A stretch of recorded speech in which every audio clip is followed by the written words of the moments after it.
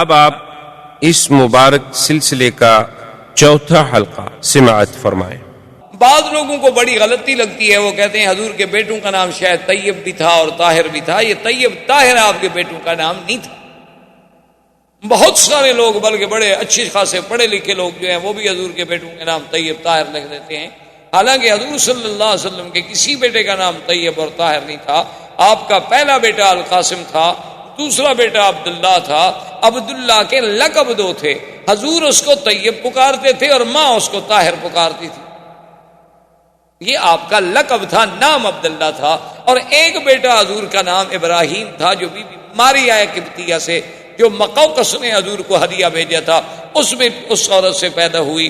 اور قاسم جو ہے تقریباً وہ بھی 6-7 سال کی عمر میں فوت ہو گئے۔ عبداللہ بھی صغر سن میں فوت ہو گئے، اور ابراہیم جو ہیں وہ تو ابھی دودھ پینے کی عمر میں تھے کہ فوت ہو۔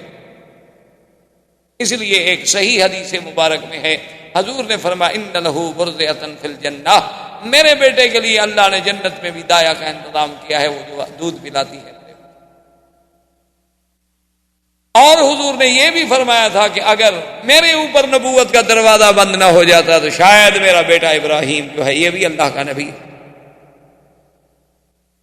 اتنی شان۔ اور آپ کی 4 بیٹیاں تھیں، سیدہ فاطمہ، سیدہ زینب، سیدہ رقیہ، سیدہ ام کلثوم رضوان اللہ تعالی علیہن اجمعین۔ یہ سب کے سب جو ہیں بی بی خدیجہ کی پتنی۔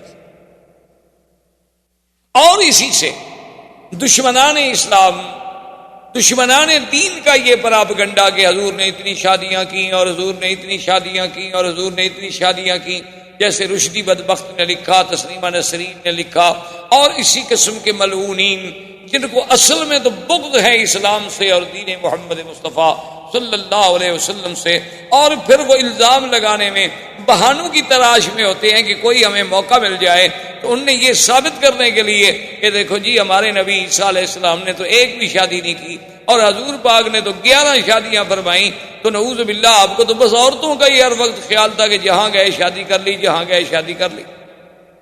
تو یہ ایک الزام ہے جس کی کوئی حقیقت۔ آپ خود اندازہ فرمائیں کہ آپ کے بچے کی عمر اگر 25 سال ہو تو آپ اس کے لیے 40 سال کی بیوی نہیں ڈھونڈتے۔ اور خاص طور پہ آپ تو ڈاکٹر ہیں ماشاءاللہ، پڑھے لکھے لوگ ہیں، سمجھدار ہیں، آپ دیکھ لیں کہ سرزمین مکہ کی گرمی ہو تو 40 سال کی عمر کے بعد عورت میں رہتا کون سی جوانی رہتی؟ چلو ٹھنڈے علاقے کی عورتیں تو پھر بھی بیچاری کچھ لمبی زندگی گزار لیں گی صحت کی، لیکن سرزمین مکہ کی گرمی ہو اور یہاں پر کھجور کی غذا ہو تو 40 سال کے بعد عورت میں باقی کیا رہ جاتا ہے کہ نعوذ باللہ اس کے لیے محض شہوانی جذبے سے شادی کی جائے، پھر آدمی کنواری لڑکی سے شادی کرے۔ اور حضور نے تو جب تک بی بی خدیجہ زندہ رہی 25 سال تک اور کوئی شادی نہیں، یعنی حضور صلی اللہ علیہ وسلم کی عمر 25 سال، زوجہ کی عمر 40 سال، اور حضور پھر 50 سال کی عمر پہ پہنچ گئے اور آپ نے کوئی شادی نہیں کی۔ تو جو جوانی کا حصہ تھا حضور کا وہ تو سارا بی بی خدیجہ کے ساتھ گزر گیا۔ تو جس سے ثابت ہوا کہ حضور کی کوئی شادی جو تھی دراصل وہ اپنے منشے سے نہیں تھی، بلکہ یہاں بھی میرے اللہ کی نگرانی تھی اور اللہ کے فیصلے تھے۔ اس لیے حضور صلی اللہ علیہ وسلم کی بعد میں شادی ہوئی بی بی عائشہ سے، بعد میں شادی ہوئی بی بی صفیہ سے، بی بی ام سلمہ سے، وہ بھی بوڑھی عورت تھی، بی بی سودا سے، وہ بھی بوڑھی عورت تھی۔ بی بی صفیہ سے کیوں ہوئی کہ خیبر کے سردار کی بیٹی تھی۔ سب لوگوں نے کہا کہ حضور سردار کی بیٹی ہے، اچھا ہے کہ اگر آپ نے کسی اور کو دینا ہے باندی بنا کے تو بہتر ہے اپنی باندی بنا لے تاکہ کچھ تو ان سرداروں کی عزت ہو جائے۔ تو حضور صلی اللہ علیہ وسلم نے اس بنا پہ شادی کی۔ اور پھر سب سے بڑی بات یہ ہے کہ جس نبی کے اٹھنے پہ سونے پہ بھی اللہ کا پہرا ہو، اس پیغمبر کی شادیاں منشاء خداوندی کے بغیر کبھی ہو سکتی؟ یہی وجہ تھی کہ جب سیدہ عائشہ صدیقہ رضی اللہ تعالی عنہا پہ تہمت لگی، منافقین نے تہمت لگا دی، تو حضور صلی اللہ علیہ وسلم نے بڑا لمبا واقعہ ہے، قرآن میں بھی موجود ہے، حضرت عمر سے پوچھا کہ عمر تمہاری کیا رائے ہے کہ بی بی عائشہ پہ تہمت لگا دی گئی ہے، میں اس کا کیا کروں؟ بی بی عائشہ کو چھوڑ دوں، طلاق دے دوں، کیا حل کروں؟ تو حضرت عمر نے کہا حضور پہلے تو یہ آپ کا داخلی معاملہ ہے، اس میں یہ حق نہیں ہے دخل دینے کا، لیکن اگر آپ سے رائے لیتے ہیں تو مجھے بھی اجازت ہے کہ میں آپ سے 1-2 باتیں پوچھ لوں، آپ ناراض تو نہیں ہوں گے؟ حضور نے فرمایا کہ نہیں۔ تو حضرت عمر نے پوچھا کہ یا رسول اللہ، بی بی عائشہ سے جو شادی ہے یہ آپ نے اپنے منشے سے کی ہے یا حکم خداوندی سے؟ حضور نے فرمایا کہ نہیں، اللہ کا حکم ہے، وہ تو جبریل اس کی تصویر لے کر بھی میرے پاس آئے تھے، یہ تو اللہ کا حکم ہے۔ تو اس نے کہا حضور ہمیں اپنے بیٹوں کے لیے اچھی لڑکی مل جاتی ہے، اللہ کو اپنے نبی کے لیے پاک لڑکی نہیں ملی، ایک غلط لڑکی ڈھونڈ لی اللہ نے آپ کے لیے، یہ تو پھر اللہ میں نقص ہوا، اور اللہ تو ہر نقص سے پاک ہے۔ اور اس کے بعد نے کہا حضور میرے مجھے ایک دوسرا سوال بتا دیں، پھر آپ کی مرضی جو فیصلہ کریں، آپ کے بدن مبارک پر یہ اڑتی ہوئی مکھی جو ہے گندی ہے بیٹھتی ہے؟ حضور نے فرمایا کہ نہیں۔ نے کہا حضور آپ پر اللہ گندی مکھی تو نہیں بیٹھنے دیتے، آپ کے بستر پر ناپاک عورت کو بیٹھنے دیں؟ فسریان رسول اللہ، حضور کا چہرہ کھل۔ حضور نے فرمایا عمر تمہاری رائے بڑی عجیب ہے، اور گھر پہنچی اور اللہ کا قرآن نازل ہو گیا بی بی عائشہ کی صفائی میں۔ تو اس لیے میرے کہنے کا مقصد یہ تھا کہ اگر صرف سیرت رسول کے اس پہلو پہ آپ غور کریں کہ حضور کی شادیاں کیوں ہوئیں، کب ہوئیں، کیا عمر تھی، تو آپ حیران ہو جائیں گے کہ یہ بھی سیرت کا ایک عظیم پہلو ہے جس کو دشمنوں نے حضور پر اعتراض کا ذریعہ بنا دیا۔ اللہ تبارک و تعالی آپ کو مجھے حضور کی سیرت پہ چلنے کی توفیق دے۔ اللہم صلی علی سیدنا محمد وعلی آل سیدنا محمد۔ برادران اسلام، دروس سابقہ میں ہم نے سیرت پاک صلی اللہ علیہ وسلم، سیرت سیدنا محمد مصطفیٰ حبیب کبریا صلی اللہ علیہ وسلم کے کچھ پہلوؤں پہ بات کی تھی۔ حضور صلی اللہ علیہ وسلم کی ولادت مبارکہ کا ذکر، پھر حضور صلی اللہ علیہ وسلم کی رضاعت مبارکہ، پھر آپ کا مکہ مکرمہ میں واپس تشریف لے آنا، عبد المطلب کی کفالت کا زمانہ، اور اس کے بعد پھر حضور صلی اللہ علیہ وسلم کا عبد المطلب کی موت کے بعد اپنے چچا ابی طالب کی کفالت میں آنا، اور ابی طالب کی کفالت کے زمانے میں ہی حضور صلی اللہ علیہ وسلم کا پہلا سفر، اور اس کے بعد حضور صلی اللہ علیہ وسلم کا تجارتی امور کے لیے شام کا سفر، اور اس میں میسرہ غلام سیدہ خدیجہ رضی اللہ تعالی عنہا کا مشاہدہ احوال رسول پاک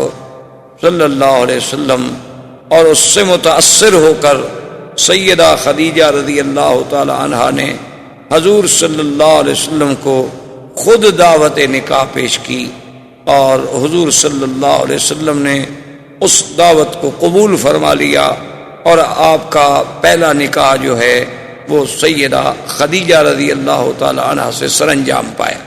یہاں تک ہم نے باتیں عرض کی تھی۔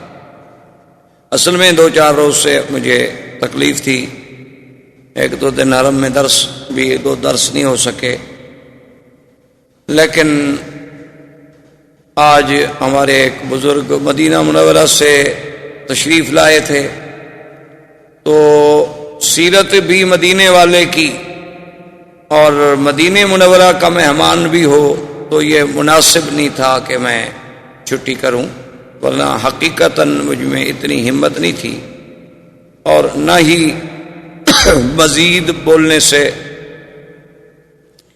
اور گلے پہ اثر، لیکن بہرحال جب اللہ کی رحمت ہوگی تو سب باتیں خود بخود ٹھیک ہو جائیں گی۔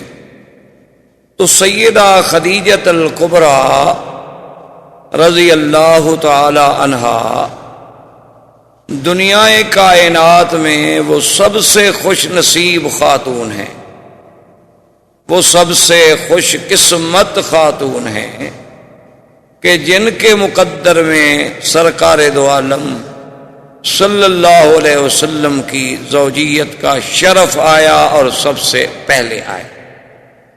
اسی لیے روایات میں یہ بات موجود ہے کہ کامل من الرجال کثیرون، کہ مردوں میں تو بہت کامل پیدا ہوئے، بڑے بڑے کامل پیدا ہوئے، اللہ کے نبی پیدا ہوئے، انبیاء و رسل پیدا ہوئے، لیکن عورتوں میں بہت کم کامل پیدا ہوئے، یعنی عورت ہو اور مقام کمال کو پہنچے وہ خوش نصیب بیویاں، ان میں ایک سیدہ خدیجہ الکبریٰ ہے رضی اللہ تعالی عنہ۔ اسی طرح بی بی آسیہ، جنہوں نے فرعون کے گھر میں رہ کر بھی سیدنا موسیٰ علیہ السلام پہ اسلام لائیں، ایمان لائیں، اور اسی طرح بی بی مریم علیہ السلام جو سیدنا عیسیٰ علیہ السلام کی والدہ ہیں، اور اللہ نے انہیں بھی بہت بڑے شرف عظیم سے نوازا، اور اسی طرح اخت موسیٰ علیہ السلام، اور اسی طرح سیدہ عائشہ رضی اللہ تعالی عنہن اجمعین، یہ وہ خوش نصیب با کمال خواتین ہیں کہ جن کو اللہ نے مدارج کمال، مدارج جمال سے اور مدارج مقامات رفیع سے نوازا، کہ جن کا ذکر قرآن میں، حدیث پاک میں، لسان نبوت پہ آیا، اور ان سب میں پھر جو شرف سیدہ خدیجہ کو ملا ہے اس کا کوئی مقابلہ نہیں ہو سکتا۔ اسی لیے سیدہ خدیجہ رضی اللہ تعالی عنہا وہ خوش نصیب بیوی ہیں کہ حضور کی ساری اولاد مبارک، حضور صلی اللہ علیہ وسلم کی چاروں بیٹیاں، سیدہ فاطمہ الزہرا، سیدہ رقیہ، سیدہ زینب، سیدہ ام کلثوم، اور حضور کے بیٹے قاسم، عبداللہ۔ طیب اور طاہر جو ہے یہ لقب ہے، یہ الگ نام نہیں۔ طیب اور طاہر یہ لقب ہے حضور کے پیارے بیٹے عبداللہ کا۔ حضور پاک انہیں طیب کہہ کے پکارتے تھے، اور بی بی خدیجہ انہیں طاہر کہہ کے پکارتی تھی، ورنہ نام ان کا عبداللہ تھا۔ یہ بعض لوگوں کو بہت بڑی غلطی لگتی ہے، وہ سمجھتے ہیں کہ حضور کے بیٹوں کا نام طیب و طاہر ہے۔ یہ بات نہیں، حضور کے بیٹے کا نام قاسم ہے، دوسرے بیٹے کا نام عبداللہ ہے، اور تیسرے بیٹے کا نام ابراہیم ہے۔ یہ ابراہیم جو ہیں یہ بی بی خدیجہ سے نہیں، بلکہ یہ بی بی ماریہ قبطیہ جو بادشاہ حبشہ مقوقس نے حضور صلی اللہ علیہ وسلم کو ہدیہ بھیجا تھا، اور حضور نے انہیں پھر بیوی بنا لیا، تو اس بیوی سے حضرت ابراہیم پیدا ہوئے، اور حضرت ابراہیم دودھ پینے کی عمر میں، یعنی ابھی 2 سال کی عمر کے اندر اندر وفات ہوئی، اور میرے آقا نے سرکار دو عالم رحمت دو جہاں صلی اللہ علیہ وسلم نے فرمایا کہ اگر میرے بعد اللہ تبارک و تعالی نبوت کا دروازہ بند نہ کرتے تو یہ میرا بیٹا ابراہیم بھی نبی ہوتا۔ یعنی اتنا بڑا اعزاز ملا سیدنا ابراہیم کو۔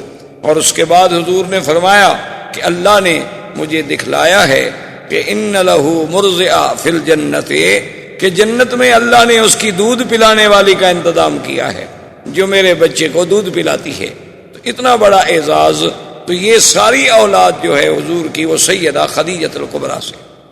اور اسی طرح سیدہ خدیجہ کے بارے میں سیدہ عائشہ صدیقہ بنت الصدیق رضی اللہ تعالی عنہ فرماتی ہیں کہ ما غرت علی احد من نساء رسول اللہ صلی اللہ علیہ وسلم، میں نے کسی عورت پہ اتنی غیرت کبھی نہیں کھائی جتنی بی بی خدیجہ پہ مجھے غیرت آتی تھی۔ تو ازواج مطہرات نے سوال کیا، انہوں نے کہا کہ یا امہات المؤمنین، آپ کو بی بی خدیجہ پہ غیرت کھانے کا کیا مطلب؟ حالانکہ بی بی خدیجہ تو آپ کی شادی سے بھی پہلے وفات فرما گئی، ان کی وفات تو مکہ مکرمہ میں ہو گئی اور آپ کی شادی مدینہ منورہ میں ہوئی۔ تو جب آپ نے اس بی بی کا زمانہ ہی نہیں دیکھا، چلو بیویوں میں ہوتا ہے، یعنی 2 شوقنوں میں اس قسم کا جلن ہو جاتا ہے، یہ نیچر ہے، فطرتی بات ہے، لیکن آپ نے تو اس بی بی کا زمانہ ہی نہیں دیکھا، تو آپ کو کیا تکلیف ہو؟ تو بی بی عائشہ فرماتی ہیں لکثرت ذکر رسول اللہ صلی اللہ علیہ وسلم، کہ میرے محبوب کا ہر وقت اس کا ذکر کرنا کہ ہاکذا قالت خدیجہ، ہاکذا فعلت خدیجہ، خدیجہ نے یہ کہا، خدیجہ نے یہ کہا، خدیجہ نے یہ کہا، خدیجہ نے یہ کہا۔ تو جب محبوب کی زبان سے کسی دوسرے کا نام سنوں تو غیرت تو آتی ہے. تو اس لیے مجھے بی بی خدیجہ رضی اللہ تعالی عنہا پہ سب سے زیادہ غیرت آتی تھی کہ جب حضور کو کوئی ہدیہ پہنچتا، کوئی چیز آتی، فرماتے کہ خدیجہ کی سہیلیوں کو بھیجو، فلاں خدیجہ کی بہن بنی ہوئی تھی اس کو بھیجو. تو ایک دن بی بی عائشہ جوش میں آ گئیں اور انہوں نے کہا کہ یا رسول اللہ صلی اللہ علیہ وسلم، ایک مدت بیت گئی، بی بی خدیجہ فوت ہو گئیں اور پھر وہ بیوہ عورت تھی، ان کے آپ سے پہلے 2 شوہر تھے، دونوں شوہروں سے اولاد تھی، تو ایک بوڑھی عورت کو آپ اتنا یاد کرتے ہیں. ہر وقت فرماتے ہیں کہ خدیجہ نے یہ کہا، وغضب رسول اللہ صلی اللہ علیہ وسلم، حضور ناراض ہو گئے. حضور نے فرمایا عائشہ تمہیں پتا ہے تم لوگ تو اس وقت میرے پاس آئے ہو جب اللہ نے مجھے عزت دی، اللہ نے مجھے طاقت دی، اور خدیجہ نے اس وقت میرا ساتھ دیا جب اللہ کے سوا میرا کوئی نہیں تھا. تو خدیجہ کے تو مجھ پہ احسان ہے، میں کیسے خدیجہ کو بھول سکتا ہوں. تو خدیجہ محسنہ محمد مصطفیٰ ہے اور محسنہ اسلام ہے، اور اول من اسلمت، اور سب سے پہلے اسلام لانے والی ہستی سیدہ خدیجہ الکبریٰ رضی اللہ تعالی عنہا. اور آپ کا نکاح جو ہے وہ ابو طالب نے خطبہ پڑھا، اور اس پہ گواہی دینے والوں میں حضرت ابو بکر بھی موجود ہیں، اسد بن عزا بھی ہیں، اور سیدنا حمزہ بھی رضی اللہ تعالی عنہ. حضور صلی اللہ علیہ وسلم کے نکاح کے بعد سیدہ خدیجہ الکبریٰ سے آپ کا جو تعلق اور آپ کی جو مودت اور آپ کی جو حسن عشرت اور آپ کا جو حسن خلق، وہ ایک ایسا مثالی تھا کہ جس کی دنیا کوئی مثال نہیں پیش کر سکتی. اور اسی ضمن میں ایک بات یہ بھی ساتھ عرض کر دوں کہ بعض دشمنان اسلام، بعض دشمنان دین، خاص طور پہ یہودی صہیونی مستشرقین، ان کے بڑے بڑے قلمکار، بڑے بڑے رائٹر ان باتوں پہ مسلمانوں کو دھوکہ دیتے ہیں کہ دیکھو جی ان کے پیغمبر نے اتنی شادیاں کی اور اتنی نکاح کیے اور اتنی عورتیں رکھی، اور نعوذ باللہ ثم نعوذ باللہ، کہ یہ زبان ادا نہیں کر سکتی وہ الفاظ جو دشمنان دین الزام لگاتے ہیں. حالانکہ یہ بات سمجھ لیں کہ یہ محض الزام ہے. جیسے کہ ایک ہندو نے بھی ایک کتاب لکھی تھی رنگیلا رسول، جس کو غازی علم الدین شہید نے جسے قتل کیا تھا، اس بدبخت نے حضور صلی اللہ علیہ وسلم کے اسی کثرت ازواج، تعدد ازواج کو نشانہ بنایا تھا. اور اس دور میں جیسے رشدی نے حضور صلی اللہ علیہ وسلم کی ازواج کو نشانہ بنایا، اسی طرح اور بھی دنیا میں کئی ایسے لوگ ہیں جو یہودی الاصل ہیں، یہودی النسل ہیں، یا عیسائی ہیں، یا وثنی ہیں، یا ہندو ہیں. ایسے بدبخت پیدا ہوئے کہ جنہوں نے لوگوں میں یہ تاثر دیا کہ حضور پاک نے اتنی شادیاں کر لیں اور حضور کو تو بس یہی تمنا تھی، اور نعوذ باللہ آپ کی طبیعت کا میلان اسی طرف زیادہ تھا. تو اس بات کو سمجھیں کہ یہ محض الزام ہے. نمبر 1، سب سے پہلے تو آپ اس ماحول پہ غور کریں جس ماحول میں سرکار دو عالم پیدا ہو. یہ زیادہ شادیاں کرنا یہ کوئی نئی بات نہیں تھی. پہلے جتنے انبیاء گزرے ہیں، پہلے جتنے پیغمبر گزرے ہیں، ان میں بھی ایسے نبی گزرے جن کی 100 بیوی تھی، جیسے حضرت سلیمان علیہ السلام. اسی طرح اور انبیاء گزرے جن کی ان سے بھی زیادہ ازواج مطہرات. اور اس ماحول میں عام لوگوں کی بھی بیویاں ایک کے بجائے متعدد ہوتی تھیں. تو اس زمانے میں پہلی بات تو یہ ہے کہ یہ عقلاً اور رواجاً کوئی عیب نہیں تھا. اصل میں بعض چیزیں ایک ملک میں عیب ہوتی ہیں اور دوسرے ملک میں عیب نہیں ہوتی. مثلاً آج کل ہم انڈو پاک میں چونکہ ہندو تہذیب سے متاثر ہیں، ہمارے لوگوں نے ہندوؤں کے ساتھ مل کے زندگی گزاری، ان کا آپس میں ملنا جلنا رہنا سہنا، جس کا نتیجہ یہ نکلا کہ ہندو تہذیب کے اثرات جو تھے وہ مسلمانوں پہ آ گئے کہ ہمارے ہاں بھی دوسری شادی ایک جرم بن گئی، دوسری شادی کرنے والا مجرم بن گیا، اور دوسری شادی کرنا نعوذ باللہ ایک اتنا بڑا گناہ کا کام ہو گیا. اتنا بڑا جرم سمجھا گیا کہ اس کو برادری سے، قوم سے، قبیلے سے کاٹ دیا جاتا ہے کہ اس نے دوسری شادی کر لی اور اس نے دوسری شادی کر لی۔ حالانکہ آج بھی آپ دیکھیں عرب میں ایسے قبائل موجود ہیں جن کی 4 بیویاں ہیں، ایک گھر میں رہتی ہیں، ایک جگہ کھانا کھاتی ہیں، ایک سفرے پہ بیٹھ کے روٹی کھاتی ہیں، ایک جیسے کپڑے پہنتی ہیں اور ایک دوسرے کے بچوں کو سنبھالتی ہیں۔ اس کے بچے اس کو ماں کہتے ہیں اور اس کے بچے اس کو ماں کہتے ہیں۔ کوئی تضاد نہیں، کوئی تعارض نہیں، کوئی جھگڑا نہیں، کیونکہ ان پر ہندو کا غلبہ نہیں، اسلام کا غلبہ ہے، اور ہم پر تہذیب ہندوانہ کا غلبہ ہے، جس کی وجہ سے ہمارے ہاں دوسری شادی کرنا جو ہے وہ بہت بڑا جرم بن گیا۔ اور اسی طرح یورپ میں بھی آپ دیکھ لیں۔ اور بدقسمتی یہ ہے کہ جن قوموں کے نزدیک زنا جرم نہیں، وہی شادی پہ اعتراض کرتے ہیں۔ یعنی آپ دیکھیں دشمن کی دو رنگی چال بلائدہ کر کہ ایک طرف تو اس کو مرغی پہ ذبح کرنا جو ہے اس پہ رحم آتا ہے، کرنٹ سے مارتا ہے کہ مرغی کو تکلیف نہ ہو، اور دوسری طرف اگر کوسوفو میں، بوسنیا میں، شیشان میں، کشمیر میں، افغان میں، بلکہ ناگاساکی اور ہیروشیما میں اللہ کی مخلوق کو تباہ کر دیا جائے کروڑوں اور لاکھوں کے حساب سے، وہاں رحم نہیں آتا۔ جن لوگوں نے اپنے آپ کو اتنی اوپن کیا ہوا ہے کہ جن کے نزدیک زن، زر، زمین کا کوئی قانون ہی نہیں ہے، یعنی عورت اپنی رضامندی سے جو چاہے کرے، شرط یہ ہے کہ رضامندی، ان کے نزدیک شادی پہ اعتراض ہے۔ اور اس کا نتیجہ کیا نکلا؟ آپ نے چند دن پہلے پڑھا ہوگا اخبار میں کہ اس وقت امریکہ جو اپنے آپ کو ایک سپر پاور اور پتہ نہیں کس کس زوم میں مبتلا ہے، جس نے پوری دنیا کی چوکیداری کے فرائض سنبھال لیے ہیں کہ ساری دنیا پہ ہمارا نیو ورلڈ آرڈر چلے گا، ساری دنیا پہ فلاں آدمی کا جو ہے کھڑا کیوں ہوا، یہ آدمی بیٹھ کیوں گیا، اور یہ آدمی جو ہے سو کیوں گیا، یہ بھی ہم سے پوچھا جائے۔ جس کا یہ عالم ہے، وہاں 10 لاکھ لڑکیاں نکاح سے پہلے چھوٹی عمر میں حاملہ ہوتی، ہر سال 10 لاکھ، اور ہر سال 10 لاکھ حرامی بچہ پیدا ہو، 50 سال میں کتنے ہو جائیں گے آپ حساب کر لیں، پھر ان کا عدد دیکھ لیں ٹوٹل کہ کل آبادی کتنی ہے، اور ہر سال 10 لاکھ حرامی بچوں کا اس میں اضافہ ہوتا ہے۔ اس سے خود اندازہ کر لیں کہ وہ قوم جن کو اپنی نسل کا علم نہیں، اعتراض کرتے ہیں حضور صلی اللہ علیہ وسلم پر، یہ کتنی بڑی بدقسمتی۔ دوسری بات یاد رکھیں کہ حضور صلی اللہ علیہ وسلم نے 11 نکاح کیے۔ حضور صلی اللہ علیہ وسلم کی ازواج مطہرات 9 تھیں جس وقت میرے آقا اس دنیا سے تشریف لے گئے۔ آپ کی 9 بیویاں زندہ موجود۔ یہ 2 باتیں ذہن میں رکھ لیں۔ تیسری بات یہ ذہن میں رکھ لیں کہ ہر مسلمان کا یہ عقیدہ ہے کہ حضور صلی اللہ علیہ وسلم کا کوئی کام، کوئی عمل، کوئی حکم، کوئی فرمان اللہ کے بغیر ہوتا ہی نہیں۔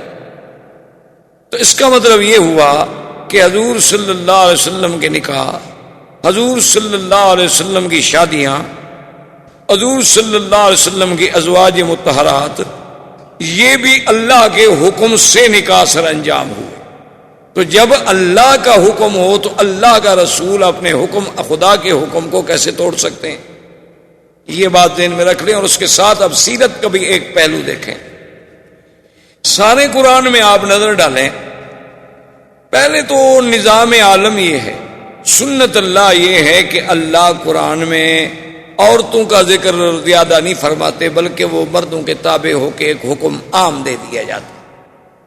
لیکن کہیں کہیں یہاں ذکر بھی آیا تو وہاں لفظ امرأہ استعمال کیا گیا۔ یاد رکھو، ایک لفظ ہے امرأہ، ایک لفظ ہے زوجہ۔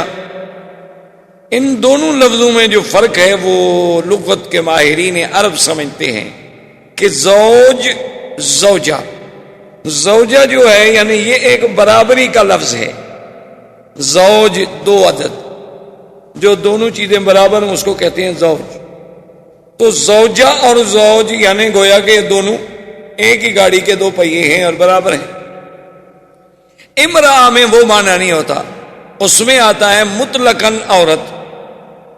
امرأہ کا معنی ہوتا ہے مطلق عورت، زوجہ کا معنی ہوتا ہے کہ زوج کی برابری کرنے والی عورت.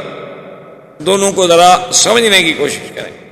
اچھا اب دیکھو، ایک آدمی اگر عرب میں مثلا دوسری شادی کر لے اور اس کے بچے سے پوچھو تو وہ بھی یہ عورت کیا ہے، وہ کہے گا امی، یہ میری ماں ہے. دوسری عورت کے بارے میں پوچھو کہ یہ کون ہے، وہ کہے گا امرأۃ ابی، وہ کہے گا یہ میرے باپ کی بیوی ہے. حالانکہ بات تو ایک ہے کہ ہر باپ کی بیوی اس کے لیے کیا ہے، ماں ہے، لیکن وہ دونوں میں فرق کرتا ہے. وہاں تو کہے گا امی یا کہے گا زوجۃ ابی، اور یہ کون ہے، امرأۃ ابی، یہ میرے باپ کی عورت ہے. کیونکہ جو لفظ زوجہ اور ماں کے اندر مقام تھا وہ لفظ امرأہ میں نہیں، تو وہ آخر دوسری عورت کو اپنی ماں کا مقام تو نہیں دے سکتا جو اس کی حقیقی ماں ہے. اس کا مرتبہ کیسے وہ دے سکتا ہے؟ ٹھیک ہے اس کے باپ نے شادی کر لی، وہ اس کی ماں بن گئی، لیکن حقیقی ماں کا مقابلہ تو نہیں کر سکتی. اب دیکھیں پورے قرآن میں اللہ تبارک و تعالی نے جہاں جہاں بھی نام لیا، فرمایا اذ قالت امرأۃ عمران، عمران کی بیوی امرا. ضرب اللہ مثلا للذین کفروا امرأۃ نوح وامرأۃ لوط.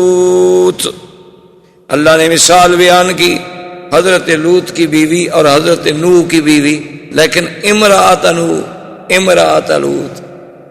نوح بھی پیغمبر، لوط بھی پیغمبر، لیکن ان کی بیویوں کو قرآن کیا کہتا ہے، امرأۃ نوح امرأۃ لوط.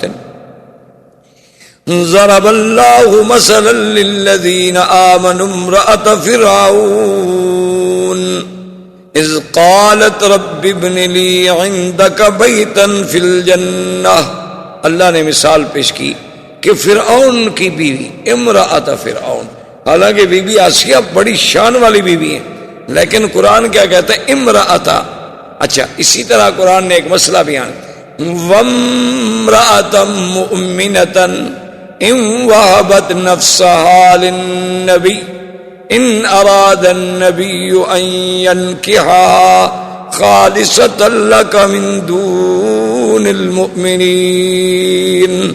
اللہ نے فرمایا کہ اگر کوئی عورت، وہاں بھی امرأہ، تو سارے قرآن میں نظر ڈالیں، نوح کی بیوی کا نام، عورت کا نام آئے تو امرأۃ نوح، لوط کی بیوی کا نام آئے تو امرأۃ لوط، فرعون کی بیوی کا نام آئے تو امرأۃ فرعون، عمران کی بیوی کا نام آئے تو امرأۃ عمران.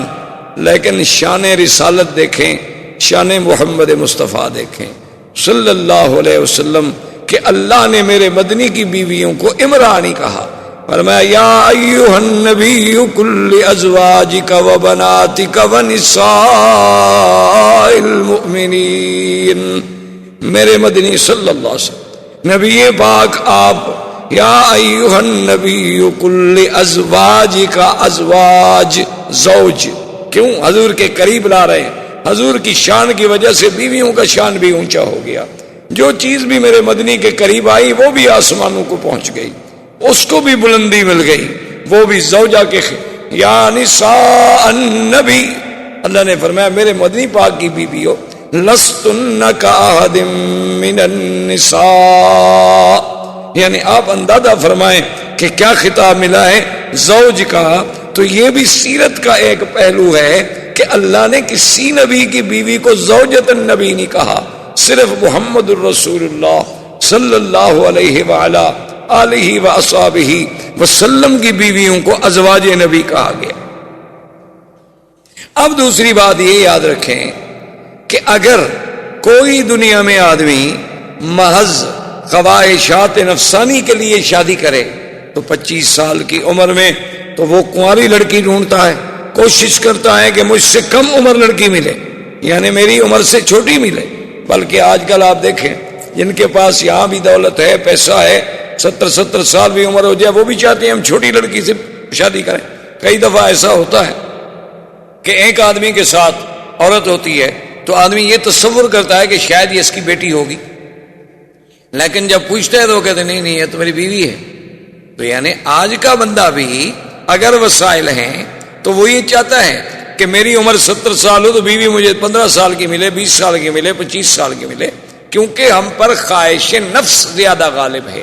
اور سرکار دو عالم محبوب رب العالمین، رحمت دو جہاں اور معصوم سیدنا محمد مصطفیٰ صلی اللہ علیہ وسلم، آپ دیکھیں گے 25 سال عین شباب کا کمال ہے، اور پہلی شادی کس سے ہوتی ہے؟ سیدہ خدیجہ الکبریٰ، جن کی عمر 40 سال۔ چلو 1 منٹ کے لیے ہم دشمنوں کی بات مان لیں کہ جی وہ تو ایک ضرورت تھی اور امیر عورت تھی اور سردار قبیلے کی عورت تھی، حضور کو اپنے تحریک چلانے کے لیے سرمایہ کی ضرورت تھی تو حضور پاک نے ایک عورت سے شادی کر لی، چلو اس کے بعد تو حضور فوراً اس کا مال لینے کے بعد اور شادی کر لیتے، لیکن حضور پاک نے 25 سال سے لے کر 50 سال کی عمر مبارک تک اور کوئی شادی نہیں کی، یعنی 25 سال صرف حضور پاک کے گزرے تو سیدہ خدیجہ کے ساتھ، جو ایک بوڑھی عورت ہیں، 40 سال کی عمر رسیدہ ہیں، پہلے 2 مردوں کی بیوی رہ چکی ہیں، تو سمجھ آیا کہ حضور کا خواہشات نفسانی کا تو کوئی مسئلہ ہی نہیں تھا۔ اور پھر حضور صلی اللہ علیہ وسلم کا اپنے وجود مبارک پر اتنا اللہ نے انہیں کنٹرول عطا فرمایا تھا کہ بی بی عائشہ فرماتی ہیں کہ جب چاہو حضور کو دیکھو روزے رکھ رہے ہیں تو معلوم ہوتا تھا کہ افطار ہی نہیں کریں گے، اور افطار کر لیا تو معلوم ہوتا تھا روزے بھی نہیں رکھیں گے، اور کبھی دن میں بھی روزہ، رات میں بھی روزہ، دن میں بھی روزہ، رات میں بھی روزہ۔ اچھا، اور بیویوں پہ نظر ڈالیں، بی بی ام سلمہ پہ نظر ڈالیں، بی بی سودا پہ نظر ڈالیں، جن کے بڑھاپے کا یہ عالم تھا کہ انہوں نے کہا کہ یا رسول اللہ ہمیں تو اب کوئی خواہش ہی نہیں ہے، لہذا ہمارا دن جو ہے وہ بی بی عائشہ کو دے دیا جائے، یعنی وہ بھی بوڑھی عورت ہے۔ اچھا، اصل وجہ کیا تھی شادیوں کی؟ اس میں اللہ کی حکمت تھی۔ بی بی زینب سے کیوں شادی ہوئی؟ تاکہ جاہلیت کی رسم ٹوٹے۔ جاہلیت میں ایک رسم تھی کہ جس کو کہہ دیتے تھے کہ یہ میرا بیٹا ہے، زبانی بیٹا بنا لیتے، تو اس بیٹے کی بیوی کو بھی وہ حقیقی بیٹے کی بیوی کے برابر سمجھتے تھے کہ اس سے بھی نکاح حرام ہے۔ کیوں؟ یہ بیٹا جو ہم نے کہہ دیا، تو اللہ پاک نے اس قانون کو توڑا کہ یہ رسم جاہلیت ہے، صرف بیٹا کہہ دینے سے کوئی بیٹا نہیں بن جاتا۔ اب حضرت زید رضی اللہ تعالی عنہ، جنہیں حضور نے اپنا بیٹا بنایا اور جن کو سارے صحابہ کہتے تھے زید بن محمد صلی اللہ علیہ وسلم، یہ زید کون ہے؟ اصل میں یہ زید بن حارثہ۔ ان کو راستے میں کسی نے پکڑ لیا۔ قبیلے آتے ہیں نا، سفر کرتے ہیں، راستے میں قبیلے والوں نے پکڑ لیا، مکے میں آ کے بیچ دی کہ یہ غلام ہے، حالانکہ وہ بیچارے غلام نہیں تھے۔ بک گئے جب، تو پھر بی بی خدیجہ نے خریدا، تو اب یہ غلام بن گئے بی بی خدیجہ کے۔ تو جب سرکار دو عالم صلی اللہ علیہ وسلم کی شادی ہوئی تو بی بی خدیجہ نے زید کو دیا حضور کے حوالے کہ آپ آج کے بعد میرے غلام نہیں ہوں گے بلکہ غلام ہوں گے محمد مصطفیٰ کے، اور آپ نے حضور صلی اللہ علیہ وسلم کی خدمت کرنی ہے۔ حضرت زید حضور کے اتنے قریب آئے، اتنی خدمت کی، حضور نے خوش ہو کے انہیں اپنے بیٹے کا لقب دے دیا اور فرمایا کہ زید تم غلام نہیں، تم میرے بیٹے ہو۔ تو لہذا لوگوں نے بھی انہیں زید بن محمد صلی اللہ علیہ وسلم کہہ کے پکارنا شروع کیا۔ اب اللہ کی شان دیکھیں کہ ان کے والد حارث وہ جناب تلاش کرتے کرتے کرتے کرتے مکے میں پہنچ گئے، اور انہیں پتہ لگا کہ تمہارا بیٹا تو یہاں موجود ہے زید۔ انہوں نے جا کے زید کو پکڑا، جب پکڑا تو پہچان لیا، آخر بیٹا بیٹا ہوتا ہے۔ انہوں نے کہا کہ بیٹا میں تو مدت ہو گئی تمہیں ڈھونڈتے ڈھونڈتے، باپ ہے، اولاد تو بڑا ایک سب سے بڑی کمزوری ہے انسان، یعنی اللہ تبارک و تعالی رحمت فرمائے انما اموالکم و اولادکم فتنہ، اولاد اور مال جو ہے سب سے بڑی آزمائش۔ تو بڑی محبت کے ساتھ ملے اور نے کہا کہ اچھا ہوا تم مجھے مل گئے اور تم مہربانی کرو میرے ساتھ چلو، اور وہ حضور کی خدمت میں حارثہ، انہوں نے آگے عرض کیا کہ یا محمد صلی اللہ علیہ وسلم یہ میرا بیٹا ہے زید، یہ غلام نہیں ہے، ہم تو پیچھے بڑے آزاد قبیلے کے لوگ ہیں، اس میں غلامی کوئی نہیں، یہ تو سفر کر رہا تھا، قبیلے والوں نے ظلم کیا، پکڑ لیا، مکے میں آ کے بیچ دیا، اور اب مجھے پتہ چلا ہے کہ یہ آپ کا غلام ہے، مہربانی کریں آپ اس کو اجازت دیں کہ یہ میرے ساتھ واپس جائے، آخر میرا بیٹا ہے۔ حضور پاک صلی اللہ علیہ وسلم نے فرمایا کہ حارثہ ہم اس میں انصاف کریں گے، ہم کسی کے ساتھ زیادتی نہیں کریں گے۔ بات اتنی ہے کہ نخیر زید، ہم زید کو خیار دے دیتے ہیں اور اختیار دے دیتے ہیں کہ زید جہاں چاہے چلا جائے، اگر ہمارے پاس رہنا چاہتا ہے تو ہمارے پاس رہے، اگر اپنے والد کے ساتھ جانا چاہتا ہے، ورنہ تو ہم آپ کا کوئی حق نہیں، کیونکہ ہم تو خرید چکے ہیں۔ تو حارثہ بڑے خوش ہو گئے، انہوں نے کہا جی بالکل ٹھیک ہے، ماشاءاللہ الحمدللہ، یہی تو میں چاہتا ہوں۔ اور انہوں نے زید کو سمجھایا، قائل کرنے کی کوشش کی کہ بیٹا تمہیں لاکھ پیار ملے لیکن یہاں تو غلام ہی رہو گے نا، اور جب تم واپس جاؤ گے اپنے قبیلے میں تو تم ایک آزاد، ایک احرار اور حر کی حیثیت میں ہوگے۔ اس نے کہا کہ ابا جان بات سن لیں کہ خدا کی قسم ہے میں تو دنیا کی بادشاہی جو ہے وہ بھی محمد مدنی کی غلامی پہ چھوڑ سکتا ہوں، میں تو ساری دنیا کو چھوڑ سکتا ہوں لیکن محمد عربی کو نہیں چھوڑ سکتا، میں اپنے باپ کو بھی چھوڑ سکتا ہوں، میں اپنا قبیلہ بھی چھوڑ سکتا ہوں، واللہ لا نترک محمدن، خدا کی قسم ہے میں محمد پاک کو کبھی نہیں چھوڑوں۔ تو اب حضور نے فرمایا کہ بھائی ہم زیادتی اور زبردستی جو ہے وہ زید پر بھی نہیں کر سکتے، اس کی مرضی ہے۔ تو اتنا پیارا زید، اس کی شادی بھی حضور نے خود کی بی زینب سے، اور بڑا لمبا واقعہ ہے، بہرحال وہ شادی نہ نبھ سکی، طلاق ہو گئی۔ اللہ تبارک و تعالی نے یہ چاہا کہ اب حضور کی شادی بی زینب سے ہو تاکہ یہ رسم جاہلیت ختم ہو جائے کہ بھئی زبانی بیٹا زبانی بیٹا ہوتا ہے اور حقیقی بیٹا حقیقی بیٹا ہوتا ہے۔ یہ کیا بات ہے کسی کو کوئی کہہ دے کہ میرا بیٹا ہے تو بس بیٹا ہو جائے گا وہ۔ اور پھر شادی کا انجام بھی دیکھیں اور کمال بھی دیکھیں۔ حضور نے پیغام بھیجا بی زینب کو اپنے نکاح کے لیے، ویسے بھی حضور کی پھوپھی کی بیٹی تھی اور زید کی طلاق کی وجہ سے وہ دل شکستہ بھی تھی۔ حضور نے جب پیغام بھیجا، اس زمانے کی بیویوں کی بھی شان نرالی، تو بی بی نے جواب یہ بھیجا، اس نے کہا کہ بات یہ ہے کہ حضور پاک سے تو اعلیٰ افضل اجمل اکمل دنیا میں کوئی اللہ کی مخلوق میں پیدا ہوا ہی نہیں اور نہ ہوگا، لیکن میں شادی نہیں کر سکتی، استخیر ربی، میں اپنے اللہ سے جب تک مشورہ نہ کر لوں میں جواب نہیں دے سکتی ہاں میں یا نہ میں استخارہ کروں گی۔ اور استخارے کا معنی یہ ہوتا ہے کہ ہم اللہ سے پوچھ رہے ہیں کہ اللہ میاں یہ کام کریں یا نہ کریں، تو استخارے میں جو بات ہوگی میں پھر جواب۔ آدمی واپس آ گیا، اس نے آ کے یہ جواب دیا، اللہ نے قرآن نازل کیا۔ بی بی زینب کہتی ہیں کہ ما لبث الا قلیلا، تھوڑا سا وقت گزرا تھا کہ میں حیران ہوئی کہ حضور میرے گھر میں آئے اور بغیر کچھ اندر تشریف لے آئے، اجازت بھی نہیں لی، اذن بھی نہیں مانگا۔ تو میں حیران ہو گئی کہ اللہ کا نبی کسی کے گھر میں آئے اور بغیر اذن بغیر اجازت کے اندر تشریف لے آئے، یہ کیا ہو گیا؟ تو حضور پاک نے فرمایا کہ زینب تم کس بات کا اذن کہہ رہی ہو؟ اللہ نے قرآن نازل کر دیا ہے کہ فلما قضى زید منها وطرا زوجناکها لکی لا یکون علی المؤمنین حرج، کہ محمد پاک ہم نے تمہارا نکاح عرشوں سے کر دیا۔ تو اس لیے بی بی زینب کہا کرتی تھی باقی بیویوں سے کہ تم کس بات پہ میرا مقابلہ کرتی ہو؟ تمہارے نکاح تو ماں باپ نے کیے اور تمہارے نکاح زمین پہ ہوئے، یہ تو میں ہی ایک عورت ہوں جس کا نکاح اللہ نے کیا اور عرش پہ ہوا۔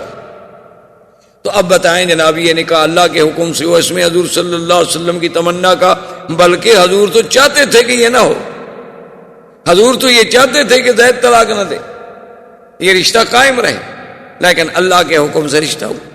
اسی طرح آپ دیکھ لیں بی بی صفیہ، جب خیبر فتح ہو گیا اور اللہ نے مسلمانوں کو غلبہ دیا، یہودی زیر نگیں آ گئے، انہوں نے جزیہ دینا طے کر لیا، خیبر کے تمام قلعے فتح ہو گئے، تو بی بی صفیہ جو ہیں یہ خیبر کے سردار کی بیوی تھیں اور ایک بہت بڑے سردار کی بیٹی تھی، بہت بڑے سردار کی بیٹی تھی۔ وہ مال غنیمت میں جب آئیں تقسیم میں، حضرت دہیا حضور صلی اللہ علیہ وسلم کے صحابی ان کے حصے میں آ گئے۔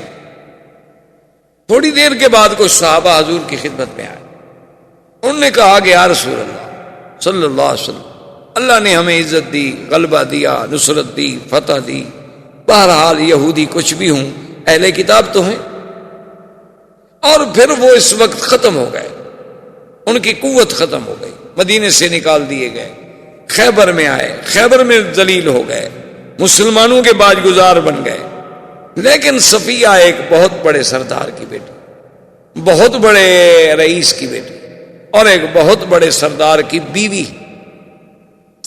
اگر آپ اس سے خود شادی فرما لیتے تو کم از کم ان کی شان رہ جاتی, ان کی دلجوئی ہو جاتی, اور یہی بات جو ہے شاید ان کے اسلام میں آنے کا ذریعہ بن جاتی.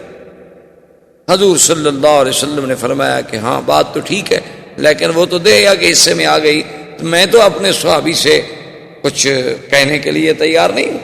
جس کے مقدر میں نصیب میں تھی باندھی اسی کو مل گئی. صحابہ نے حضرت دیا سے پوچھا تو نے کہا واللہ. اب دیکھیں سارا سلسلہ قدرت کی طرف سے. انہوں نے کہا واللہ, انہوں نے کہا خدا کی قسم ہے میں نے تو اس وقت تک بی بی صفیہ کو دیکھا ہی نہیں, باوجود اس کے وہ میرے حصے میں آ گئی, لیکن میں نے تو نظر ہی نہیں پڑی. اگر حضور چاہتے ہیں تو میرا تو اپنا جسم و جان قربان ہے, چاہے جائے کہ ایک جاریہ, ایک غلام لڑکی جو مجھے ملی ہے میں حضور کے لیے قربان نہ کر سکوں, یہ کوئی بات ہے. تو بہرحال حضور صلی اللہ علیہ وسلم نے اس وجہ سے شادی کی. اب اس بات کو دیکھیں کہ جب شادی ہو گئی تو بی بی صفیہ کے چہرے پر ایک نشان, تو سرکار دو عالم رحمت للعالمین حبیب کبریا حضرت محمد مصطفیٰ صلی اللہ علیہ وسلم, آپ نے ایک دن پوچھا کہ صفیہ ما ھذا, یہ کیا نشان؟ اس نے کہا حضور نہ پوچھیں تو اچھا ہے. حضور نے فرمایا اب تو میں نے پوچھ لیا. انہوں نے کہا حضور پھر آپ کو شاید میرا جواب ناگوار گزرے. آپ نے فرمایا وہ بھی نہیں, جو بات ہے بتا دو. انہوں نے کہا حضور بات یہ ہے اتنا عرصہ قبل میں نے خواب دیکھا تھا کہ ایک آسمان سے چاند اترا ہے اور میرے ساتھ آ کے بستر پہ لیٹا, یہ میں نے خواب دیکھا. تو صبح میں نے یہ خواب جو ہے اپنے شوہر کو بتلایا کہ میں نے رات یہ خواب دیکھا ہے کہ آسمان سے ایک چاند آتا ہے اور آ کے میرے پہلو میں میرے بستر پہ لیٹ جاتا ہے. تو میرے خامد نے غصے میں آ کے مجھے مارا تو یہ میرا زخم ہو گیا. اس نے کہا اچھا حل تریدین ازواجک بمحمد, یہ خواب تم اس لیے دیکھ رہی ہو کہ تم محمد مصطفیٰ کی بیوی بننا چاہتی ہو, حالانکہ وہ تو یہودی. اور چاند دیکھنے سے بھی کیا ہو گیا, ان کو پتا تھا کہ یہ چاند کی تشبیہ جو ہے اس دنیا میں اگر کسی کے ساتھ تھوڑی سی بھی مماثلت کرتی ہے تو وہ صرف حضور صلی اللہ علیہ وسلم کی ذات. تو اب شادی سے پہلے اس کا خواب آنا اور وہ اللہ کے حکم کے بغیر تو خواب نہیں ہو سکتا.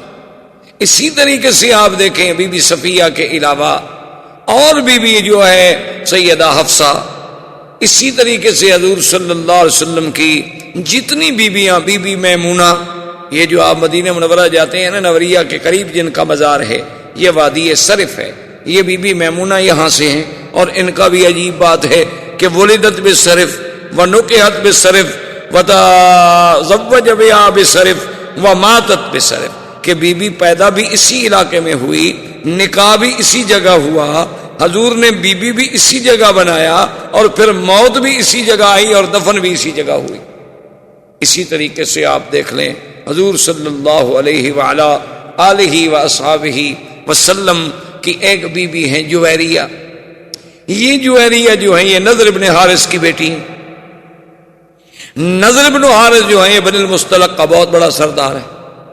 اس نے حضور کے خلاف جنگ کرنی چاہیے, حضور نے حملہ کیا, فتح ہو گئی, شکست کھا گیا, اور یہ بیوی جو تھی یہ حضور صلی اللہ علیہ وسلم کے پاس آئیں. تو حضور صلی اللہ علیہ وسلم کو عرض کیا گیا حضور کہ نضر بن الحارث ٹھیک ہے آپ کا دشمن ہے, لیکن وہ بن المصطلق کا ایک بہت بڑا سردار, اور یہ سردار کی بیٹی, اگر یہ آپ کے گھر میں آ جائے تو تالیف قلب ہو جائے گی. حضور صلی اللہ علیہ وسلم نے قبول کیا. تو بی بی عائشہ فرماتی تھی کہ اس بیوی جیسی, بی بی جویریہ جیسی عورت خوش قسمت میں نے کوئی نہیں دیکھی. تو لوگوں نے پوچھا کہ بی بی وہ کیسے؟ انہوں نے کہا کہ جب حضور نے شادی کر دی تو جس صحابی کے گھر میں کوئی بی بی باندی بن کے, کنیز بن کے ملی تھی اسی خاندان سے, فَآتَقُوهُمْ فَأُوتِقَتْ مِئَةُ امْرَأَةٍ, انہوں نے کہا, سب نے کہا بھی آزاد کر دو, اب تو ان کا حضور سے رشتہ ہو گیا. حضور کے رشتہ داروں کو ہم گھر میں غلام بنا کے کیسے رکھیں, کنیز بنا کے کیسے رکھیں؟ تو اس بیوی کی وجہ سے 100 لڑکی کو آزادی ملی. تو اس جیسی خوش قسمت بیوی کیسے ہو سکتی؟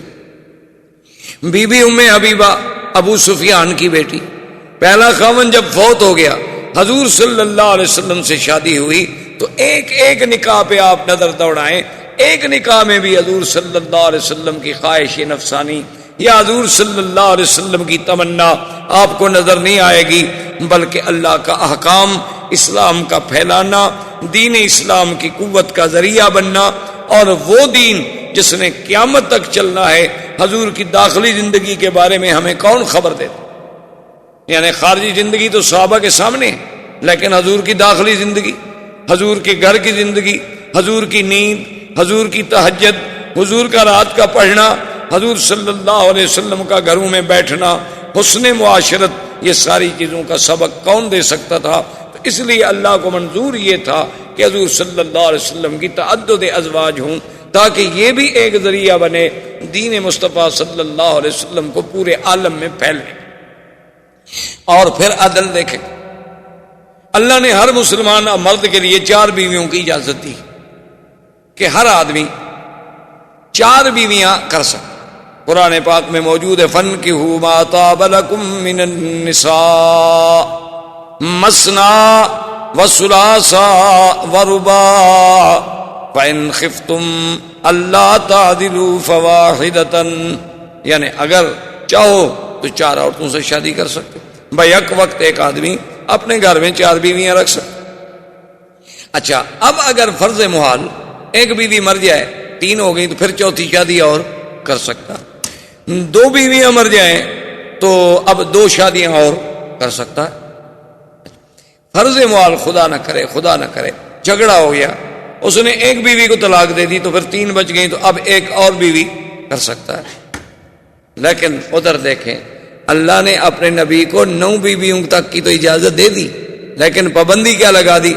اللہ نے حکم فرما دیا کہ میرے نبی آج کے بعد آپ ان بیویوں کے بجائے اور کوئی شادی نہیں کر سکتے، کہ اس میں سے کسی کو طلاق دے دیں اور شادی کر لیں، نہیں، یا ان میں کوئی بیوی مر جائے تو اس کے بدلے میں اور بیوی لے آئے، نہیں، بس اب اللہ نے آپ کے مقدر میں یہ رکھ دی، یعنی اجازت تو 9 کی دے دی، لیکن آگے ہمیشہ کے لیے پابندی لگا دی۔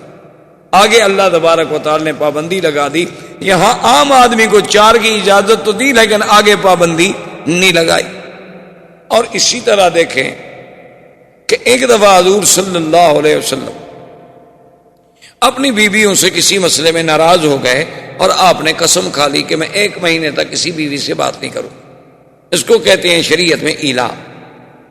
حضرت عمر رضی اللہ تعالی عنہ کو جب پتہ چلا کہ حضور نے اپنی بیویوں کو طلاق دے دی، تو حضرت عمر تشریف لائے اور بی بی حفصہ سے بے حد ناراض ہو، اور انہوں نے کہا کہ دیکھو تم لوگ حضور کو ہر وقت تنگ کرتی ہو، خرچہ چاہیے، اور حضور خرچہ دیتے ہیں تو تم صدقہ و خیرات کر دیتی ہو، اور حضور صلی اللہ علیہ وسلم کو پریشان کرتی ہو ہر وقت، تو یہ بات جو ہے باعث خطرہ ہے، اور ہو سکتا ہے کہ حضور نے اگر طلاق دے دی تو اللہ تو قادر ہیں حضور کے لیے اور بیویوں کا انتظام کر لیں، اللہ کو کیا مشکل ہے۔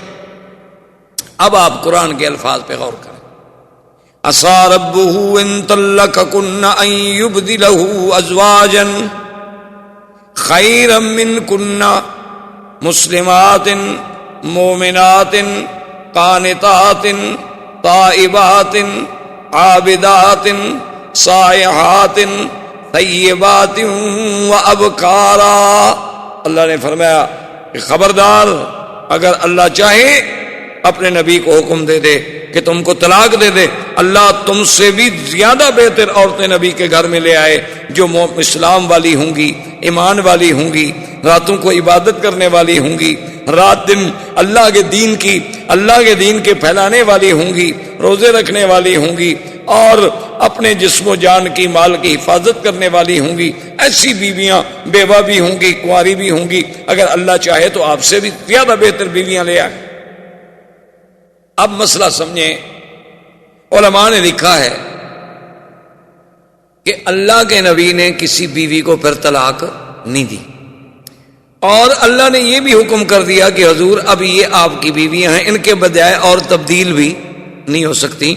تو علماء نے یہیں سے نقطہ نکالا کہ ان بیویوں سے اور کوئی بیویاں اچھی ہوتی تو اللہ بدل دیتے، چونکہ ان سے اور اچھی کوئی کائنات میں اور پیدا ہی نہیں ہوئی تھی، تو اس لیے اللہ نے بدلی ہی نہیں، ورنہ اللہ چاہتے تو ان سے اچھی ہوتی، تو اللہ تبارک و تعالیٰ اور بدل دیتے. اچھا پھر دیکھیں قرآن کیا کہتے ہیں, طیبات و ابکارا, بیوہ اور کنواریاں. انہوں نے کہا یہی ترتیب دیکھ لو کہ پہلے شادی حضور کی بیوہ سے ہے اور کنواری کی بعد میں ہے, تو اللہ نے بیوہ کا پہلے ذکر کیا, کنواری کا بعد میں ذکر کیا, تو جس سے اشارہ ہوا کہ میرے نبی یہ ہم نے آپ کے لیے چن لی ہیں, یہ مسلمات بھی ہیں, مومنات بھی ہیں, قانتات بھی ہیں, تائبات بھی ہیں, عابدات بھی ہیں, سائحات بھی ہیں, ان سے اچھی بیویاں دنیا میں نہیں. تو یہ ساری تو پھر اللہ نے چن کے نبی کے لیے فیصلہ کیا. اس میں حضور کی ذات پہ اتہام لگانے کی یا حضور صلی اللہ علیہ وسلم کی ذات پہ حملہ کرنے کی کسی کو کیوں, ما سوا اپنی گمراہی کے یا اپنی بدباطنی کے, اور کوئی اس میں وزن یا حقیقت یا دلیل کوئی. اب جناب دیکھیں گے حضور کی شادی کے بعد سرزمین مکہ میں جو بڑا ایک مشہور یعنی واقعہ پیش آیا وہ تھا تعمیر کعبہ. یعنی ابھی حضور کو نبوت کا اعلان نہیں ہوا لیکن حضور کی شادی ہو گئی. حضور صلی اللہ علیہ وسلم کی زندگی میں آپ کے عین شباب میں کعبۃ اللہ کی تعمیر کا فیصلہ ہوا. دار الندوہ میں تمام مشرکین کے سردار اکٹھے ہوئے اور انہوں نے فیصلہ کیا کہ بھئی کعبہ شریف بہت بوسیدہ ہو گیا ہے, اس کی تعمیر دوبارہ ہونی چاہیے. اور اس کی تعمیر جو ہے, اب مسئلہ یہ تھا کہ حضرت ابراہیم علیہ السلام نے کعبے کی تعمیر کی تھی پتھروں سے, جیسے آپ کے سامنے, اور مکے والے لوگ جو تھے وہ پتھروں کی تعمیر جانتے ہی نہیں تھے. یعنی سرزمین مکہ میں پہلے پتھروں سے گھر نہیں بنائے جاتے تھے, وہاں گھر بنتے تھے مٹی کے. جیسے آپ نے دیکھا نا اپنے دیہاتوں میں, آپ جانتے ہیں نا, مٹی کی کچی کچی کی دیواریں کھڑی کر کے اوپر چھپر سے ڈال دیا, گھر بن گیا. تو اسی طرح سے مشرکین مکہ کے لیے ایک مسئلہ یہ تھا کہ بھی خدا کا گھر تو بنائیں, لیکن سوال یہ ہے کہ یہ پتھروں کی تعمیر ہم کیسے کریں, اور اگر پتھروں کی تعمیر ہم کریں تو پھر فاصلہ چھت کا بہت بڑا ہوگا, اس کے لیے لکڑی, شیطیر اور کڑیاں اور یہ کہاں سے لے آئیں. خیر اتفاق ایسا ہوا کہ ایک سفینہ آیا, کشتی آئی بہت بڑی مال بردار, وہ جدے کے قریب آ کے خشکی پہ چڑھ گئی اور ٹوٹ گئی. مکے والوں کو پتہ چلا کہ بھی ایک کشتی آئی ہے اور وہ بہت بڑی کشتی ہے اور ٹوٹ گئی ہے. انہوں نے کہا معلوم ہوتا ہے کہ اللہ میاں اپنے گھر بنانے کا کام ہم سے لینا چاہتے ہیں, اس لیے لکڑی کا تو انتظام ہو گیا. اب انہوں نے کہا بھی چلو لکڑی بھی وہاں سے ہم خرید لیتے ہیں, لیکن بنائے گا کون. تو چند دنوں میں خدا کی شان ہے کہ ایک قبط قبیلے کا آدمی جو ہے غلام, وہ مکے میں پہنچ گیا. اس نے کہا کہ میں تو کام ہی یہی کرتا ہوں پتھروں کی تعمیر کا. تو مشرکین مکہ نے کہا کہ دیکھا بھی اللہ راضی ہے, ادھر لکڑی کا انتظام کر دیا اور ادھر ایک مستری بھی بھجوا دیا, تو اب ہمیں کعبہ تو بنانا ہی بنانا ہے. لیکن آئے پہلے ایک شرط کرتے. سب سردار اکٹھے ہو کے بیٹھ گئے اور شرط پتہ ہے کیا تھی کہ اللہ یکون مال حرام, کہ اللہ کے گھر میں حرام کا پیسہ نہیں لگے گا. انہوں نے کہا اچھا, اب حرام کی خود تعریف سنیں کافروں سے, ہیں کافر ہو. انہوں نے کہا ولا مال مہر بغی, بعض لوگ جو ہیں لڑکیاں رکھ کے زنا کے پیسے لیتے تھے, انہوں نے کہا وہ پیسہ بھی اس میں شامل نہیں ہوگا. ولا مال ظلم, کسی نے کسی پہ ظلم کر کے پیسہ چھینا ہوا ہے تو وہ پیسہ بھی کعبے میں نہیں لگے گا. ولا ربن, اور کسی نے سود کا پیسہ لیا ہوا ہے تو وہ بھی کعبے میں نہیں لگایا جائے گا. حالانکہ وہ سود کھاتے تھے, ان کے نزدیک کوئی سود حرام شرام نہیں تھا, نہ ان کے نزدیک کوئی زنا شنا حرام تھا. بھائی ایک بری بات تھی, لیکن حرام حرمت حلال کا تو کوئی مسئلہ ہی نہیں تھا ان کے نزدیک. لیکن کافر ہو کے فیصلہ کر رہے ہیں کہ اللہ کے گھر میں, اللہ کے اس کعبے میں نہ تو زنا کا پیسہ لگے, نہ ظلم کا, نہ سود کا. اب آپ خود اندازہ لگا لیں کہ آپ کے ملکوں میں جو سود سے مسجدیں بنتی ہیں ان کا کیا حکم ہے. بڑی بڑی مسجدیں بناتے ہیں انشورنس والے, بینک والے, ماشاءاللہ. حالانکہ ایک مسئلہ یاد رکھیں, جو مسجد حرام کے پیسوں سے بنائی جائے اس میں نماز نہیں ہوتی. جو مسجد زمین کسی سے ظلمن چھین کے بنائی جائے اس سے نماز نہیں ہوتی. جو مسجد گورنمنٹ کی زمین پڑی ہوئی ہے ان کی اجازت کے بغیر بنائی جائے وہاں بھی نماز نہیں ہوتی. نماز کے لیے تو پاک جگہ کی ضرورت ہے کہ وہ جگہ پاک ہو, وہ دیواریں پاک ہوں, اس میں پیسہ پاک ہو, پڑھنے والے پاک ہوں, تو اب یہ کافر ہیں، مشورہ کر رہے ہیں، مشورہ ہو گیا، اب اس کے لیے پیسے اکٹھے کیے تو پیسے تھوڑے ہو گئے، کیوں؟ حلال کے پیسے اکٹھے کرنا تو بہت تھوڑا ہے نا جی۔ تو انہوں نے جب کہا کہ بھئی اب یہ پیسے تو اس سے تو عمارت نہیں بنتی، انہوں نے کہا اچھا ایسا کرتے ہیں کعبہ شریف کو تھوڑا چھوٹا کر دیں، لیکن حرام کے پیسے نہیں رکھتے۔ تو یہ جو ہجر اسماعیل ہے جس میں میزاب رحمت ہے، یہ حتیم جسے آپ کہتے ہیں، تو اس طرف سے انہوں نے کعبۃ اللہ کا کچھ حصہ باہر نکال کے دیوار اندر کر دی، کعبہ چھوٹا ہو گیا۔ تو انہوں نے کہا کعبہ شریف چھوٹا کر دو لیکن حرام کا پیسہ نہیں لگے۔ حلال کے پیسوں سے وہ لکڑی خریدی، سارا سامان تیار ہو گیا۔ اب مسئلہ یہ تھا کہ پہلے آخر کعبہ گرے گا تو بنے گا نا، اگر پہلی عمارت گرائی نہ جائے تو بنائے کیسے؟ اب انہوں نے کہا جی بات تو ٹھیک ہے لیکن گرائے کون؟ اللہ کے کعبے کو، اللہ کے گھر کو کون گرائے؟ یہ تو آج ہے نا لوگ فخر سمجھتے ہیں کہ جی ہم نے بابری مسجد گرا دی، ہم نے فلاں مسجد گرا دی، ہم فلاں مسجد گرا دے گئے، اور اس کی اینٹیں لگانا اور اکھاڑنا جو ہے وہ بھی عبادت شمار کیا گیا ہندوؤں کے نزدیک، کہ جو مسجد کی اینٹ اٹھا کے پھینک دے وہ بھی بڑا نیکی کا کام کر رہا ہے، اور جو دوسری جگہ سے آ کر اینٹ لگائے گا مندر کی وہ اور نیکی کا کام کر رہا ہے۔ جب عقل پہ پردے پڑ جائیں تو پھر اللہ ہی ہدایت دے سکتا ہے، انسان تو نہیں دے سکتا۔ انہوں نے کہا جی خدا کے گھر کو کیسے توڑیں؟ بڑی مشکلوں کے بعد ولید ابن المغیرہ ان کا بہت بڑا سردار تھا، اس نے کہا کہ بات سنو، میں بوڑھا آدمی ہوں، یہ ولید وہ ہیں جو حضرت خالد کے باپ۔ انہوں نے کہا میں بوڑھا آدمی ہوں، ایسا کرتے ہیں کہ پہلے کعبہ شریف میں توڑتا ہوں، اگر تو مجھے کچھ نہ ہوا تو فہو المراد، ہماری منت پوری ہو گئی، اور اگر مجھے کچھ ہو گیا تو چلو میں بوڑھا آدمی ہوں، کوئی جوان تو نہ مرے نا۔ اب جناب جب کعبہ توڑنے کے لیے آئے، آخر دیوار کے اوپر چڑھیں گے تو توڑیں گے، اندر دیکھا تو ایک بہت بڑا اژدہا، ایک بہت بڑا سانپ بیٹھا ہوا ہے۔ اب جناب بھاگے پیچھے، انہوں نے کہا بھی اندر تو سانپ بیٹھا ہوا، اگر ہم نے پتھر وتھر گرا بھی دیے وہ تو اندر بیٹھا ہوا ہے نا، اس کا کیا کریں گے؟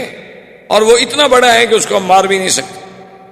انہوں نے کہا کہ اب اس کا علاج یہ ہے کہ سب مل کے رات اللہ سے دعا مانگ کہ اللہ میاں تو ہماری نیتوں کو تو جانتا ہے، ہمارا مقصد تو تیرے گھر کی تعمیر ہے، کوئی توہین تو ہے نہیں، ہم اس لیے تو نہیں توڑ رہے کہ تیرے گھر کو مٹا دیں، ہم تو اس لیے توڑ رہے ہیں کہ یہاں نیا بنائے۔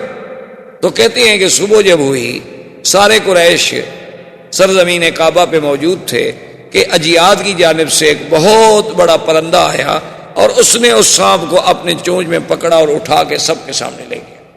تو انہوں نے کہا بھی معلوم ہوتا ہے اللہ راضی ہو گیا، سانپ بھی چلا گیا۔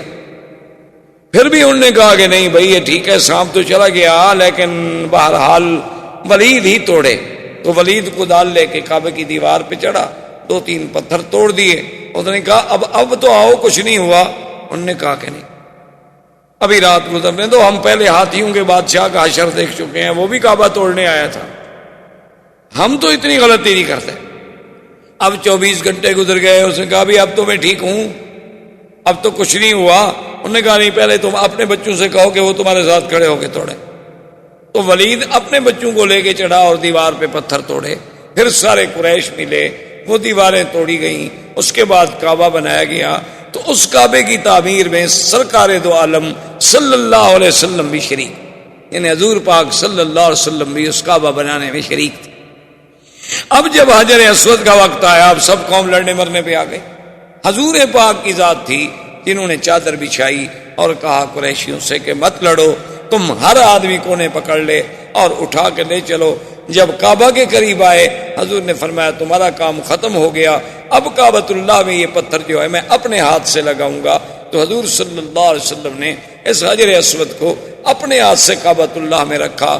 یہ اتفاق کی بات ہے کہ بعد میں کرامتہ نے یہ یعنی حجر اسود جو ہے، کرامتہ ایک بہت بڑا بے دین فرقہ گزرا ہے، انہوں نے ایک دفعہ اپنا کعبہ بنایا تھا بحرین میں، اور وہ اپنے کعبے کے لیے یہاں سے حجر اسود توڑ کے لے گئے۔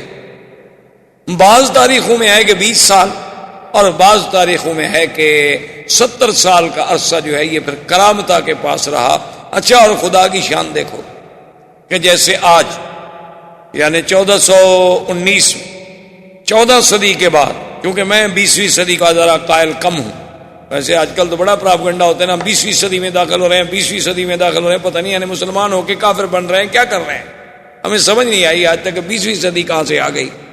وہ بھائی 20ویں صدی تو عیسائیوں کی ہے، اس کا مسلمانوں سے کیا تعلق؟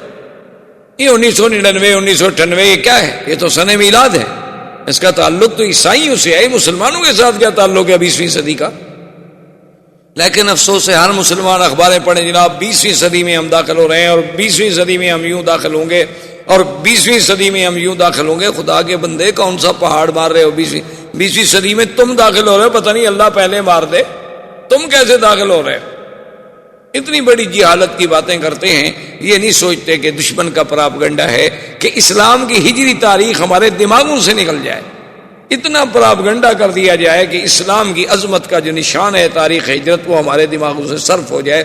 کبھی آپ نے سوچا ہے، آپ کہتے ہیں جی کہ یعنی اچھے خاصے پڑھے لکھے دوستوں میں بھی کبھی ہمارا درس ہو، کہتے ہیں نہیں منڈے شام، وہ بھی منڈے تو یہ مون ڈے کو کہتے ہیں، چاند دیوتا، سنڈے سورج دیوتا، یہ تو کافروں کے نام ہے، آپ نے پتہ نہیں کہاں سے یاد کیے ہوئے، یہ سب کافروں کے نام ہے، ویڈنسڈے، سنڈے، منڈے، ٹیوزڈے، یہ سارے جو ہیں یہ کافروں کے نام ہیں، جو سورج کے پجاری اور تاروں کے پجاری ہیں ان کے نام ہیں۔ ان کا اسلام سے کیا تعلق؟ اسلام سیدھی بات کرتا ہے احد اثنین ثلاثہ اربعہ، بس 1 2 3 4، یا وہ نام لیتا ہے جس کا نام قرآن نے لیا ہے، اذا نودی الی الصلاۃ من یوم الجمعۃ فاسعوا الی ذکر اللہ وذروا البیع۔ تو بہرحال اور سبت کا نام لیتا ہے تو قرآن نے نام لیا۔ اب جناب بہرحال کہنے کا مقصد یہ تھا کہ یہ شرف جو ہے یہ بھی سرکار دو عالم صلی اللہ علیہ وسلم کو نصیب ہوا کہ انہوں نے حجر اسود جو ہے، اب دیکھیں نا جی یہ اللہ کی قدرت ہے، سمجھ نہیں آتی، یعنی سیرت کے کس کس پہلو کو آپ دیکھیں۔ حجر اسود، اچھا زمزم پہ نظر ڈالیں، سیدنا اسماعیل کے پاؤں لگے، جبریل نے پر مارا، لیکن حضور نے جب زمزم پیا تو اپنا لعاب مبارک زمزم میں ڈال کے پھر وہ کنویں میں ڈال دیا، تاکہ قیامت تک امت کو ایک نبی کے پاؤں، ایک نبی نوری نبی حضرت جبریل کا پر اور محمد مدنی صلی اللہ علیہ وسلم کے لعاب کی برکت نصیب ہوتی ہے۔ اسی طرح حجر اسود کو دیکھیں کہ اترا آدم کے ساتھ، رکھا ابراہیم نے، پھر جوڑا محمد الرسول اللہ نے صلی اللہ علیہ وعلا آلہ واصحابہ وسلم تسلیما کثیرا کثیرا نے۔ زندگی باقی تو بات باقی۔ والسلام علیکم۔ الحمدللہ رب العالمین والصلاة والسلام علی اشرف الانبیاء وسید المرسلین سیدنا محمد وعلی آلہ واصحابہ اجمعین۔ برادران اسلام، الحمدللہ دروس سابقہ میں جو سیرت رسول پاک صلی اللہ علیہ وسلم کے ضمن میں ہم پڑھ رہے ہیں، سن رہے ہیں، حضور صلی اللہ علیہ وسلم سے قبل جزیرہ عرب کے احوال، پھر حضور صلی اللہ علیہ وسلم کی پیدائش سے قبل آپ کے بارے میں مبشرات، اشارات، ارہاسات، اور پھر حضور صلی اللہ علیہ وسلم کی ولادت با کرامت، با سعادت، با برکت و با رحمت، اور اس کے بعد حضور صلی اللہ علیہ وسلم کا زمانہ رضاعت، اور زمانہ رضاعت کے بعد حضور صلی اللہ علیہ وسلم کا واپس مکہ میں تشریف لانا، عبد المطلب کی کفالت، عبد المطلب کی اس کے بعد موت، اور پھر حضور صلی اللہ علیہ وسلم کا اپنے چچا ابی طالب کی کفالت میں منتقل ہونا، اور اسی کفالت کے دوران میں قریش مکہ کا تجدید کعبہ کا پروگرام، اللہ کے کعبے کی تعمیر، اور اس تعمیر میں بھی سرکار دو عالم صلی اللہ علیہ وسلم کی شرکت، اور حضور صلی اللہ علیہ وسلم کا اپنے ہاتھوں مبارک سے حجر اسود کی تنصیب، یہ تمام مراحل تقریباً پھر حضور صلی اللہ علیہ وسلم کا سفر، آپ کا سفر تجارت اموال خدیجہ سے اور میسرہ غلام کی معیت، اور پھر حضور صلی اللہ علیہ وسلم کی شان میں عظیم عظیم مبشرات، عظیم عظیم اشارات و علامات کا میسرہ کا دیکھنا، پھر سیدہ خدیجہ سے نکاح، اور ابی طالب نے خود ہی پھر خطبہ نکاح پڑھا اور حضور صلی اللہ علیہ وسلم کا نکاح ہوا، اور حضور صلی اللہ علیہ وسلم کا عین شباب کا دور تھا کہ آپ کی عمر مبارک 25 سال اور سیدہ خدیجہ رضی اللہ تعالی عنہا کی عمر جو تھی وہ 40 سال تھی۔ اب حضور صلی اللہ علیہ وسلم مکی زندگی میں ہیں۔ یہاں تک تقریباً ہم نے سیرت مبارک کے کچھ پہلو دیکھے، اور یہ بھی عجیب اور حسن اتفاق ہے کہ اللہ تبارک و تعالی نے ہمیں سیرت کے بیان کے لیے توفیق دی، اور اتفاق سے آج دیکھیں کہ ربیع الاول کا مہینہ بھی، تو اس مہینے میں ربیع الاول میں ہی حضور صلی اللہ علیہ وسلم کی ولادت و سعادت ہے۔ گو علماء کا اختلاف ہے، لیکن راجح قول مبارک یہی ہے کہ حضور صلی اللہ علیہ وسلم ربیع الاول ہی میں پیدا ہو۔ اب اس میں تو اختلاف ہے کہ 9 تاریخ تھی یا 12 تاریخ تھی، لیکن مہینے میں کوئی اختلاف نہیں۔ تو یہ بھی اللہ کی طرف سے اس نے اتفاق ہوتا ہے کہ ہم سیرت کے دروس میں یعنی ہم نے ابتدا کی، اور اللہ پاک نے ہمیں وہ بابرکت مہینہ بھی نصیب فرما دیا جس میں حضور صلی اللہ علیہ وسلم کی ولادت باسعادت۔ اب حضور صلی اللہ علیہ وسلم کا زمانہ جو کہ نبوت کے قریب آ رہا ہے، ایک ہے نبوت کا فیصلہ، یاد رکھیں وہ تو اللہ پاک اس وقت فرما چکے تھے، ابھی آدم علیہ السلام پیدا بھی نہیں ہوئے تھے۔ ایک ہے نبوت کے وقت بعثت کہ آپ کو نبوت کب ملی، کس دور میں ملی، تو وہ اب جوں جوں حضور صلی اللہ علیہ وسلم کی جوانی، جوں جوں حضور صلی اللہ علیہ وسلم کا سن مبارک جو ہے وہ 40 کے قریب آتا جا رہا ہے، تو اب نبوت کے لیے حضور صلی اللہ علیہ وسلم کو اللہ کی طرف سے تیار کرنے کے لیے حالات مختلف پیدا ہوتے جا رہے ہیں، کیونکہ یہ قدرت کا فیصلہ ہے، اللہ تبارک و تعالیٰ کا فیصلہ ہے کہ کسی بھی پیغمبر کو، کسی بھی نبی کو نبوت جو ہے وہ 40 سال سے قبل نہیں ملی۔ ہر پیغمبر کو جب نبوت دی جاتی ہے تو 40 سال کے بعد دی جاتی ہے، الا بعض خصائص ہیں، بعض بقائے ہیں، جیسے عیسیٰ علیہ السلام، جیسے یحییٰ علیہ السلام، کہ انہوں نے اپنی ولادت کے بعد مہد میں اللہ کے حکم سے یہ اعلان کر دیا کہ آتانی الکتاب وجعلنی نبیا، اللہ نے مجھے نبی بنایا ہے، ورنہ بعثت کا جو زمانہ ہے وہ 40 سال کے بعد ہوتا۔ اور اس میں علماء نے حکمتیں لکھی ہیں کہ 40 سال کے بعد جو ہے نا انسان کا نمو جو ہے وہ کامل ہو جاتا ہے۔ اب انسان حتی بلغ اشدہ وبلغ 40 سنہ، اب اپنی انتہا پہ پہنچ جاتا، اب کوئی چیز پھر بڑھتی نہیں، اور عقل جو ہے وہ کمال حاصل کر لیتا ہے۔ اسی لیے خدا کی قدرت ہے کہ اس 40 کے عدد میں بھی بڑی حکمتیں ہیں، کہ جیسے اللہ نے موسیٰ علیہ السلام کے لیے میقات طور پر جو یعنی وقت معین فرمایا، فَتَمَّ مِيقَاتُ رَبِّهِ 40 لَيْلَةً، 40 رات، یعنی اس 40 کے عدد میں کوئی اللہ کی حکمت ہے۔ جیسے کہ حدیث مبارک میں آتا ہے کہ جس آدمی نے 40 حدیثیں یاد کر لیں تو وہ علماء میں شمار ہوگا، وہاں بھی 40 حدیثوں کا 40 کا عدد۔ اسی طرح حضور صلی اللہ علیہ وسلم کی ایک حدیث مبارک ہے کہ جس شخص مدینہ منورہ میں 40 نمازیں ادا کی اس عالم میں کہ اس کی کوئی نماز جماعت سے نہ رہ جائے، یعنی باقاعدہ جماعت کے ساتھ مسجد نبوی میں حضور صلی اللہ علیہ وسلم کی مسجد میں ادا کرے، تو اللہ تبارک و تعالیٰ اس کو نفاق کی بیماری سے بچا لیتے ہیں، اور ایک روایت میں ہے کہ جہنم سے آزادی عطا فرماتے ہیں۔ تو وہاں بھی خدا کی قدرت ہے کہ 40 کا عدد جو ہے اللہ تبارک و تعالیٰ کو۔ اور اسی طرح علماء کرام نے یہ بھی لکھا ہے کہ جب انسان پیدا ہوتا ہے، کہ جب انسان کا وہ مادہ تولید جو ہے، وہ تخم انسانیت جو ہے، وہ جب اپنے ایک مقام معین پہ قرار مکین پہ جا کے ٹھہرتا ہے، پھر اس پر مراحل آتے ہیں کہ نطفہ ہے، پھر علقہ ہے، پھر مضغہ ہے، ثم خلقنا النطفة علقة فخلقنا العلقة مضغة فخلقنا المضغة عظاما فكسونا العظام لحما ثم انشأناه خلقا آخر۔ تو اس میں جو ترتیب ہے اس میں بھی 40 دن کا وقفہ ہے، ہر 40 دن کے بعد ایک تبدیلی ہے۔ اور شاید اسی لیے بعض علماء کرام جو ہیں جیسے تبلیغی جماعت کے اکابر اور بزرگان جو ہیں انہوں نے بھی 40 دن کی محنت کے لیے وقت لگانے کے لیے قوم کو ایک پروگرام دیا ہے، وہ بھی شاید ان کے نظروں میں بھی یہی ہے کہ 40 سال میں تبدیلی آتی، چینج آتا ہے آدمی جب 40 سال کسی دین کے کام پہ محنت کرے گا تو اس میں تبدیلی وہ لازماً بدلے گا۔ جب اپنے ماحول سے کٹ جائے گا، اپنے خاص دوستوں سے کٹ جائے گا، اپنے روز کے معمولات سے کٹ جائے گا اور 40 دن دین میں لگ جائے گا تو لازم تبدیلی ہے۔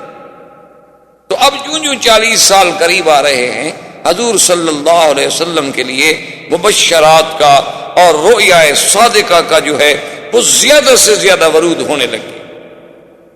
اسی لیے ایک صحیح حدیث مبارک میں ہے، حضور صلی اللہ علیہ وسلم فرماتے ہیں کہ میں نے خواب دیکھے عجیب عجیب، اور ایک روایت بھی عائشہ صدیقہ سے رضی اللہ تعالی عنہ سے وہ فرماتی ہے کہ حضور صلی اللہ علیہ وسلم کے جو رویا تھے ایسے تھے کہ فلق صبح ہے، کہ جیسے یعنی آدمی رات کو خواب دیکھتا ہے یا رات ہوتی ہے اور صبح سورج نکل آتا ہے، اس سورج کے وجود میں کوئی شبہ نہیں ہوتا دیکھنے میں۔ حضور صلی اللہ علیہ وسلم کے رویات صادقہ ایسے ہوتے تھے کہ جو خواب دیکھا وہ بالکل ایسے آ جاتا تھا سامنے کہ جیسے دن ہو گیا، جیسے سورج چڑھا۔ کیونکہ یاد رکھیں کہ رؤیا جو ہے، خواب جو ہے، اس خواب کے کئی قسمیں ہوتی ہیں۔ ایک تو ہوتے ہیں احلام، کیا مانا کہ کچھ خیالات، یعنی جو خیالات مثلاً آپ کے ذہن میں تھے آج دن میں آپ دہراتے رہے، کچھ باتیں آپ کرتے رہے مثلاً اپنے کام کی، اپنے احباب سے کسی مسئلے کی، تو وہی باتیں جو تھی وہ لاشعور میں بیٹھ گئی اور پھر وہی آپ کے سامنے آ گئی۔ ایک تو خواب کی ہے قسم، اور ایک خواب ایسے ہوتے ہیں جو شیطان کی طرف سے ہوتے ہیں کہ شیطان جو ہے وہ انسان کی نیند کے اوقات میں آ کر مختلف تخیلات اور خیالات اور وساوس کے ذریعے اس کو ڈراتا ہے، یہ بھی خواب کی ایک قسم۔ اور ایک خواب جو ہے وہ حقیقتاً میرے اللہ کی طرف سے ہوتے ہیں، وہ خالص رحمانی ہوتے ہیں۔ اور اسی طرح یاد رکھ لیں اور بات سمجھ لیں کہ اللہ کے جو بندے ہیں، اولیاء اللہ ہیں، عباد اللہ الصالحین ہیں، ان پر شیطان کا زور چلتا نہیں۔ اور خاص طور پہ آقا انعامدار سرکار دو عالم صلی اللہ علیہ وسلم کہ جن کو اللہ نے ایسا مقام عصمت نصیب فرمایا کہ جس کے ایک ایک زندگی کے لمحے پر میری اللہ کی قدرت کا گویا پہرا بیٹھا ہوا تھا، کہ یعنی وہ باتیں جو بچپن میں عام بچے کرتے ہیں حضور پاک سے وہ بھی سرزد تھیں، وہ اعمال جو عام لوگ اس زمانے میں کرتے تھے ان کی عادت تھی، وہ عیب بھی نہیں سمجھے جاتے تھے، برے بھی نہیں سمجھے جاتے تھے، لیکن حضور پاک سے وہ بھی نہیں ثابت۔ یعنی شادیوں میں شرکت کر لینا، یا شادیوں میں کوئی قصے گو سے قصہ سن لینا، یا شادیوں میں کوئی دف شف بجانے والی عورت آ گئی یا بچی آ گئی یا کوئی آ گئی، اس قسم کا یعنی اہتمام ہو جانا، یہ عام چیزیں تھیں اور بچپن میں اور بچوں کے لیے ایسا کوئی مسئلہ نہیں۔ اور اس وقت تو ابھی شریعت کا کوئی نزول بھی نہیں، نبوت بھی نہیں ملی، اعلان نبوت بھی نہیں ہوا، لیکن 2 دفعہ حضور صلی اللہ علیہ وسلم نے قریش کی شادیوں میں شرکت کی کہ میں ان کی شادیوں کو دیکھوں کہ کیا ہوتا ہے، کیا رسوم ہیں، کیا طریقہ کار ہے، لیکن حضور فرماتے ہیں غالباً النوم، اللہ نے مجھ پہ نیند مسلط کر دی، اور میری نیند اس وقت کھلی جب سورج نکل آیا، شادی ختم، برات ختم، لوگ چلے گئے، حضور اکیلے سو رہے۔ تو جس نبی کی زندگی پر نبوت سے پہلے اتنا پہرا ہو، اتنی حفاظت کا انتظام کیا جائے کہ یعنی کوئی ایک لمحہ بھی حضور صلی اللہ علیہ وسلم کا غفلت میں نہ گزرے، ایک لمحہ بھی حضور صلی اللہ علیہ وسلم کا فرمان حکم خداوندی کے خلاف نہ گزرے، اس پیغمبر کی زندگی کے بارے میں آپ اس کے کس کس پہلو کے سوچیں۔ تو اس پیغمبر کا رویا، اس نبی کے خواب کیسے غلط ہو سکتے؟ کیونکہ شیطان تو حملہ کر نہیں سکتا، اللہ نے پہرا لگا دیا ہے، شیطان کو تو طاقت ہی نہیں۔ تو اب باقی تو مسئلہ صرف یہ رہ گیا کہ ان کو جب خواب آئے گا تو وہ بھی رحمان کی طرف سے ہوگا، اور جب رحمان کی طرف سے ہوگا تو وہ سچا ہوگا۔ اور خواب کے ضمن میں ایک بات یاد رکھ لیں، حضور صلی اللہ علیہ وسلم کی حدیث مبارک میں ہے کہ ایک تو خواب کے بارے میں کبھی جھوٹ نہ بولا کرے، کیا مانا کہ آپ نے خواب نہیں دیکھا اور کہتے ہیں کہ میں نے خواب دیکھا ہے؟ یہ سیدھا اللہ پر جھوٹ باندھنا ہے، افتراء علی اللہ ہے، کیونکہ خواب تو اللہ کی طرف سے آئے گا۔ اور جب آپ نے ایک خواب نہیں دیکھا ہے اور آپ بلا وجہ کہہ رہے ہیں تو گویا آپ اپنے اللہ پر جھوٹ باندھ رہے ہیں۔ ایک دوسری بات خواب میں یہ یاد رکھیں کہ اگر آپ نے خواب دیکھا اور خواب ایسا تھا کہ جس میں آپ کے پیچھے سانپ دوڑ رہا ہے، اونٹ دوڑ رہا ہے، کوئی مار رہا ہے، کوئی کھا رہا ہے، ڈرانے والا خواب تھا، تو اس کا علاج یہ بتلایا حضور نے کہ اپنے بائیں طرف 3 دفعہ تھوک دیں اور لا حول ولا قوت الا باللہ العلی العظیم، اعوذ باللہ من الشیطان الرجیم پڑھ کے کروٹ بدل کے سو جائیں، اور پھر اس خواب کو کسی بندے پر ذکر نہ کریں، نہ بھائی پر، نہ بیٹے پر، نہ باپ پر، نہ اپنے پر، نہ پرائے پر، فرمایا کسی کو نہ بتائیں، لا تضرہ ابدا، کبھی آپ کو نقصان نہیں۔ 2 باتیں۔ اور تیسری بات خواب میں یاد رکھیں کہ اگر آپ نے خواب دیکھا ہے اور آپ کی نظروں میں وہ خواب بہت اچھا ہے یا خواب ایسا ہے جس کی حقیقت آپ کو سمجھ نہیں آ رہی، تو اس کے لیے بھی حکم ہے کہ لا یذکر الا علی حبیب او لبیب، اپنے کسی دوست کو ذکر کرے اور اس دوست کو ذکر کرے جو صاحب عقل ہو اور صاحب علم ہو، کسی غلط آدمی کو ذکر نہ کرے، کیونکہ الرؤیا علی رجل طائر ما لم يعبر، حضور نے فرمایا کہ رؤیا جو ہے یہ ایسے ہے جیسے پرندے کے پاؤں پہ کوئی دانہ رکھا ہو، پر یوں کرے گا تو دانہ گر جائے گا۔ جب تعبیر والا تعبیر غلط دے گا تو کبھی کبھی اسی طرح واقع ہو جاتا ہے جیسے اس نے تعبیر کی۔ تو جب آپ کسی لبیب پر، کسی عالم پر اپنے خواب کا ذکر کریں گے تو وہ اس کی اچھی تعبیر پیش کرے گا، یا پھر آپ کو کسی اور عالم کے پاس بھیجے گا کہ بھئی میں حل نہیں کر سکتا، فلاں آدمی کے پاس چلے۔ تو خواب کے بارے میں بڑے بڑے احکام ہیں، لیکن اللہ کے نبی کا خواب ایسے ہوتا ہے جیسے اللہ کی وحی ہوتی ہے، یعنی جیسے وحی میں شک نہیں، اللہ کے نبی کے خواب میں بھی کوئی شک نہیں، کیونکہ نبی معصوم، شیطان کا حملہ ہو نہیں سکتا۔ جب بھی نبی کا خواب ہوگا تو رحمانی ہوگا، اور جب رحمانی خواب ہوگا تو وہ سچا ہوگا۔ اسی لیے تو بی بی عائشہ فرماتی ہیں کہ حضور کے ایسے خواب ہوتے تھے کہ فلک صبح ایسے معلوم ہوتا تھا کہ جیسے صبح سامنے، یعنی ایسی حقیقت۔ اور اسی لیے حضور پاک نے ارشاد فرمایا ہے، یہ خواب کی بہت بڑی اہمیت ہے۔ ایک حدیث مبارک میں یہ بھی آتا ہے کہ لم یبقى من النبوۃ الا المبشرات الرؤیا الصالحہ یراها المؤمن او یرا له او كما قال النبی صلی اللہ علیہ وسلم۔ حضور نے فرمایا کہ اب نبوت تو ختم ہو گئی، اللہ نے مجھے خاتم النبیین بنا کے بھیج، نبوت کا دروازہ بند، رسالت کا دروازہ بند، اب کچھ نہیں بچا۔ ہاں مبشرات ہیں، خواب ہیں کہ کبھی ایک عبد مومن صالح اللہ کا بندہ خود خواب دیکھتا ہے، یا اس کے لیے کوئی اور آدمی خواب دیکھتا ہے کہ بھئی میں نے آپ کے لیے یہ خواب دیکھا ہے بہت اچھا۔ کبھی آدمی اپنے لیے خود دیکھتا ہے اور کبھی اس کے لیے کوئی اور اللہ والا بندہ دیکھتا ہے۔ اور آپ نے فرمایا کہ یہ رؤیا جو ہے جز 46 جزءا من النبوت، کہ تقریباً یہ 46واں حصہ ہے نبوت کے حصے میں سے، یعنی 46واں حصہ ہے نبوت کے حصے میں سے۔ اور بدقسمتی سے اسی حدیث کو سامنے رکھ کر مرزا قادیانی نے اپنی نبوت کے لیے بھی ایک راستہ نکالنے کی کوشش کی۔ اس نے کہا کہ جب نبوت کی ایک جز تو باقی ہے، پھر نبوت بند تو نہ ہوئی، چلو 46 نہیں ہی صحیح، کیوں؟ دشمن تو انتظار میں ہوتا، مخالف جو ہے وہ انتظار میں ہوتا، باطل فرقے جو ہیں اسی انتظار میں بیٹھے ہوتے ہیں کہ اب مسلمانوں کے قرآن سے حدیث سے کوئی ایک لفظ تو ہمیں ملے نا۔ احباب کرام، اس کے بعد اب آپ اس مبارک سلسلے کی CD نمبر 5 سماعت فرمائیں۔